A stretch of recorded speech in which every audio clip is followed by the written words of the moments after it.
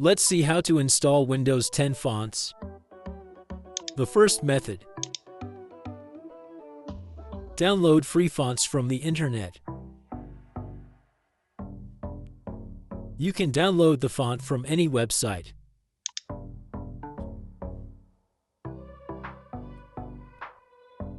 Download and install now.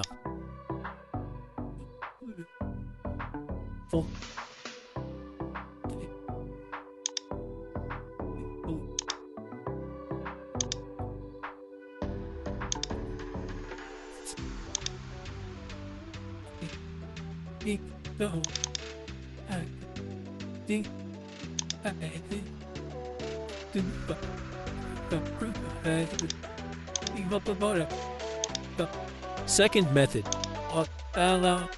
You can download the font from your Windows Store.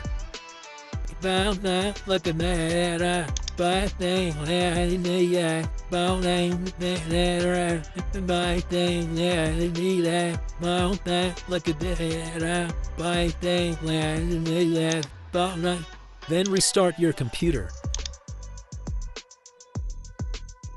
Now restart your PC. Now you can use your font.